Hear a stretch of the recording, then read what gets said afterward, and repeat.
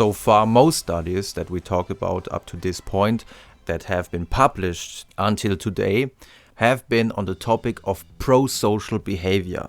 So it was about helping or spending money for an humanitarian organization. It was about blood donations for blood bank. And one could speculate that the door in the face technique only works in these scenarios. Because when it's about helping an humanitarian organization, it's more easy to induce guilt. We feel guilty when we turn down the first request. Of course, we want to be good and helping people, and if we turn down such a request, we might be perceived as heartless.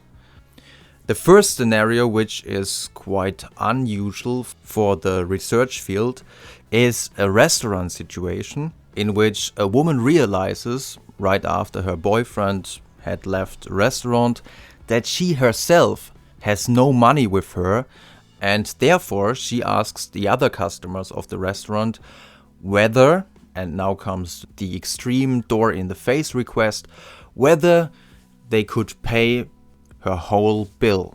Well, would you pay the whole bill? Probably not, and in the study nobody did. But this first extreme request increased the compliance for the second smaller request, which was, well, could you at least donate 2 or 3 coins to pay part of the bill?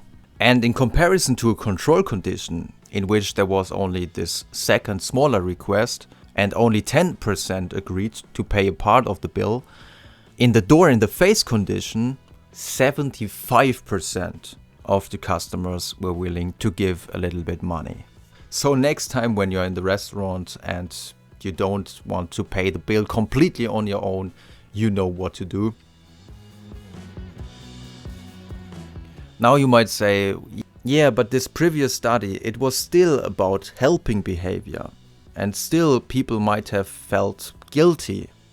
So let's take a look at studies in which it was not about helping an organization or helping a single person, but it was tested whether the door in the face technique also works when it comes to increase personal profit.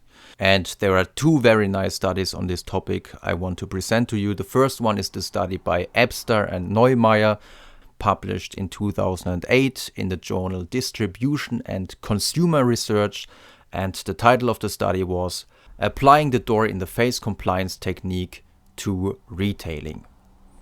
In this study, 375 tourists who were wandering in the Austrian Alps were approached when they entered a mountain hut.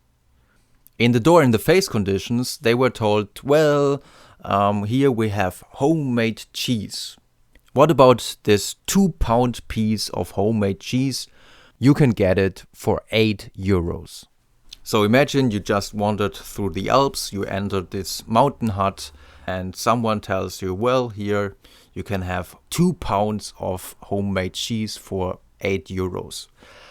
It's quite a huge amount of cheese, especially if you keep in mind that you don't really know whether you like this cheese. And that's probably the reason why everybody turned down this offer. But this first offer, just like the door in the face technique paradigm predicts, this first offer increased the probability to agree on the second offer, which was, well, here you can have 1 pound of homemade cheese for 4 euros. In the door in the face conditions, on average, the compliance rate was about 39%. In the control condition, when the people were just asked, well, what about 1 pound for 4 euros, and there was no extreme request beforehand, only 9% said, oh, yeah, okay, let's try it.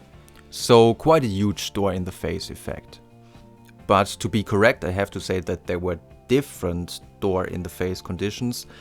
The normal door in the face condition, there was a compliance rate of 24%, still much better than the 9% in the control condition.